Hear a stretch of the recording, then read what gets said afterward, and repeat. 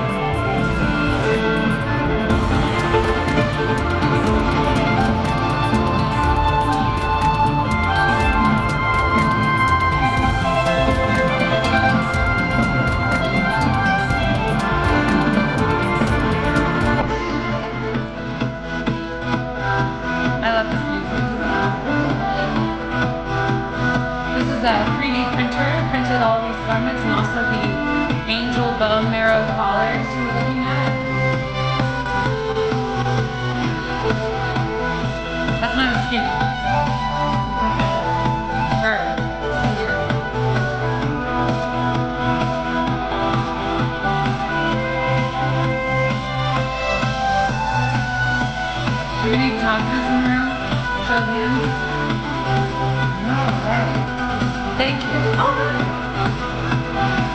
So a lot of people think that my images are highly retouched, but we go all out with production, so none of that was photoshopped.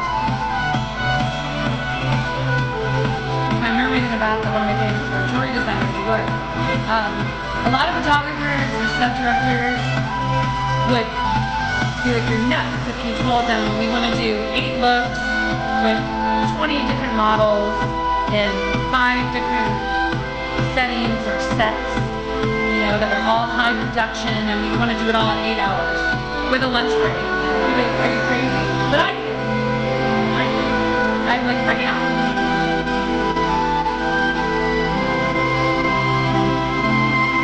And some of the things I try the really, really hard shit. I like to call everybody up to really high standards, so we're all in our lanes and feeling really empowered and super inspired, and then we just go for it. Which is why, on a lot of different sets, I'm in the same outfit.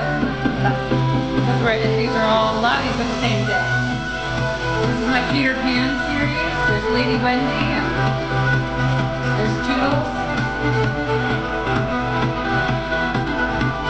They're my Columbus marionettes. She would love it. She would have to eat cake all day.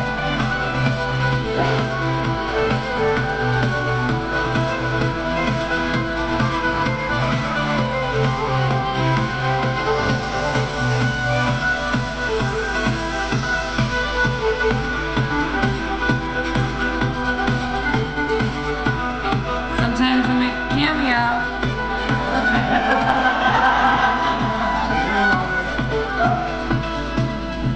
All right. Thank you. Yes, thank you. Thank you for humoring me. All right. I think this is the button. It is. I figured it out.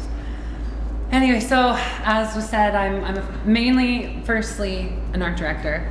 My dream and my passion is to help other creatives and artists or visionaries refine, have a little bit of a conversation about manufacturing or distribution or their creative process, and to see then how I can help legitimize that with great art, because we all eat with our eyes before we eat with our mouths. I have been doing this since 2009. I did a lot of photography as well through high school. I got started being really frustrated with I had gorgeous girlfriends in high school and hated their senior photos.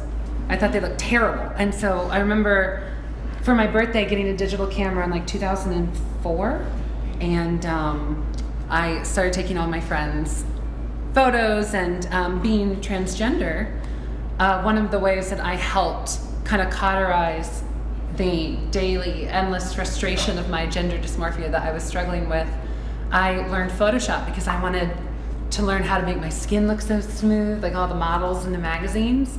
I was also a big fan of Wizard of Oz and Lord of the Rings and these sort of fantastical escapes. So if you look at kind of my roots, it all makes sense to now. I often say that we never really change, like who we are is a good thing, and that never really changes. We just grow if we allow it. We kind of call out the gold, we mature. So there is change, but it's growth into the highest and best measure of who we really are.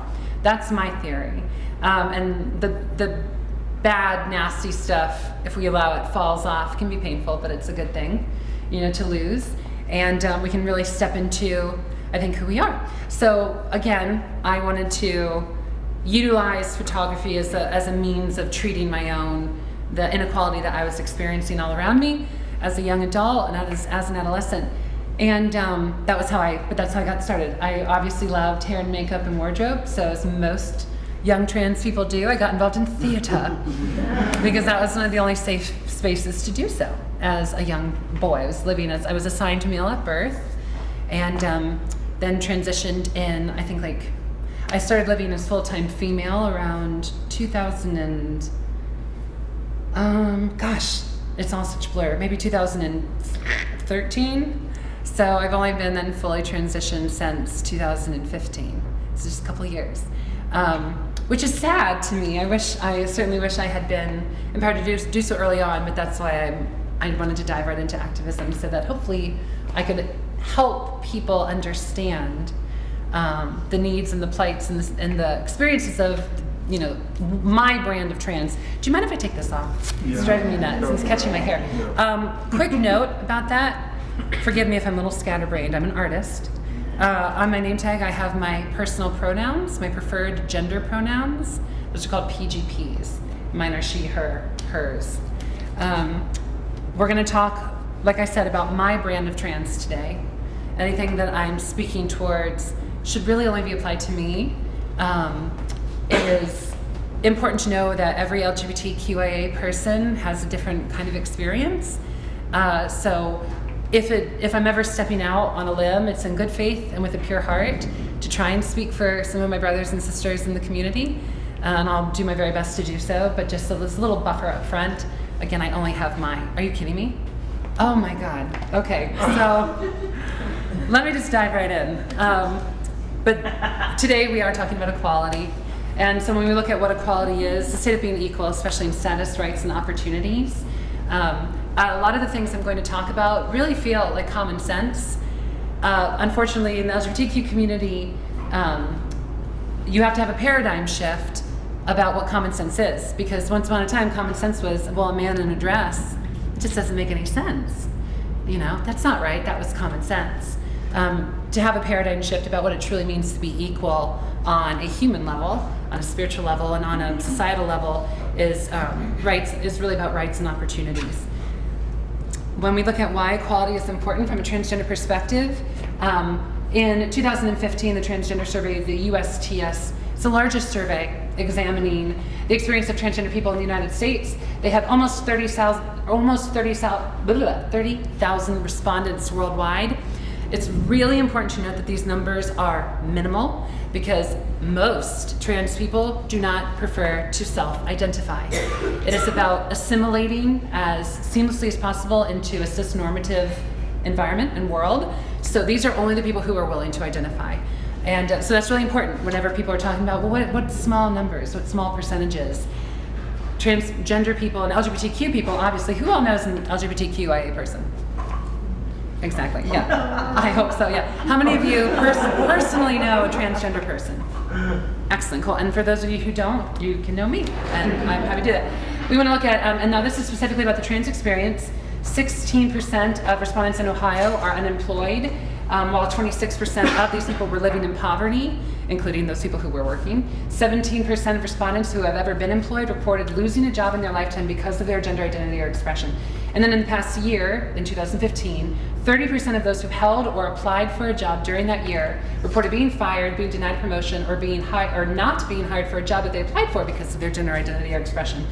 And I'm going to be happy to send this document to the Creative Mornings team so you guys can look over it. This is the most up-to-date information about Ohio's transgender community and their experiences both with employment, education, police interactions, public accommodations, restroom, housing, health, and identity documents. Overall, 44% of respondents who had a job in the past year reported being fired, being denied a promotion, or experiencing some other form of mistreatment related to their gender identity or expression, included but not limited to sexual harassment or even sexual misconduct. And it's tricky. I can certainly talk about male privilege and white privilege and passing privilege. I don't prefer the word privilege because it can immediately create dissension, but it's about just recognizing advantages, if that's easier to think of. And so coming from a white male experience into a transgender experience, I'm a woman who happens to be transgender, I can talk about the shift in my life that I experienced and the privileges that I lost, especially in the workplace. But diversity is so important. It's important to have LGBTQ people out and loud and proud in your workplace. Their benefits. Experience fosters inspiration. I am able to bring all of those experiences from my struggles with gender dysmorphia into my art direction and into my brand and into my metaphorical art representation process, if that makes sense. You have network expansion. The gay community is big and it is strong and it has money and you're only going to benefit. I mean, think about politically when they talk about going after, the gay vote, for example. It's real. Our networks are real. Creativity thrives when people can be themselves. Again, feels like common sense, but you would think. And then connectivity and human experience. I can relate to you. The trans experience is a human experience. We've all been through transitions, divorces, deaths, moves, relocations, career opportunity changes. Those are all transitions. And so it's this relatable human experience. And then studies show that businesses that celebrate equality are going to have greater relationships with coworkers and supervisors, They have greater commitment and positive workplace behaviors and attitudes because they can be themselves. There's increased job satisfaction. People who love their job are going to perform well, and employees have better mental, emotional, and physical health.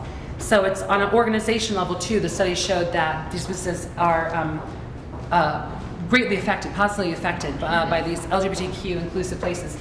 Talking about, if all of us are on the same page, yeah, LGBTQIA people exist.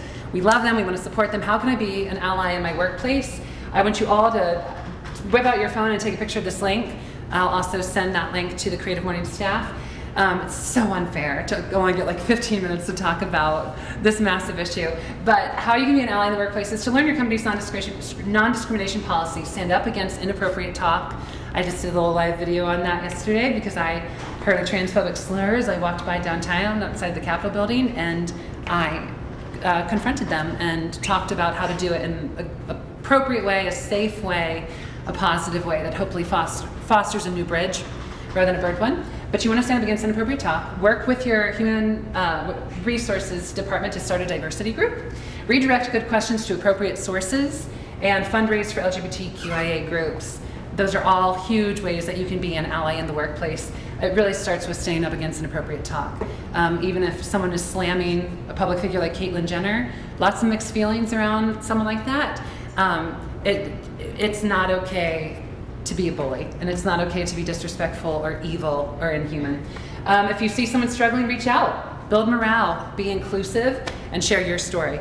These 3 steps of identifying allies in your management, building support within your department, and then delivering your proposal, working with these people to do so, are really elaborated on at that link.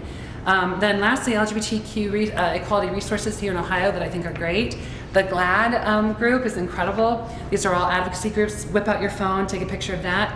If you know someone's struggling, it's not your job to be a therapist. You don't have to be a counselor. It's okay to not have all the right answers, especially if people are coming to you with suicidal thoughts or great levels of depression, and they have a very real need. You do want to build some relational equity with them as much as you feel is appropriate, especially if they're a colleague or a coworker, but to redirect them to places that are maybe better equipped to help them. But if someone is coming to you about suicidal thoughts, it's a real thing in the trans experience, call with them.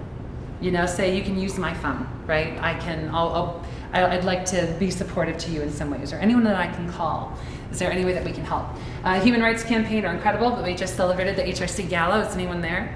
It was amazing. They really highlighted the queer people of color experience and my sisters in the trans community, my people of color, my POC trans girlfriends, and the struggles that they're facing. We know that that's an uphill battle right now, and there's a lot of different opinions in our community about how to address that. But it all starts with relational equity. That's what we have to go after. No one has a right to speak into your life if they do not have a proven track record of loving you. And that goes both ways. That if you don't have relational equity with somebody to ask about their parts or to kind of try and dive into their more intimate experience, isn't a great idea. It's not super appropriate. You want to just build a friendship with them, because LGBTQ people are people just like us. And I think that normalizing that begins with the common sense of treating each other with love and respect and inclusivity. That's my time. And I would love to take any questions that you may have right now, and I'll answer them as best I can with any time I have left.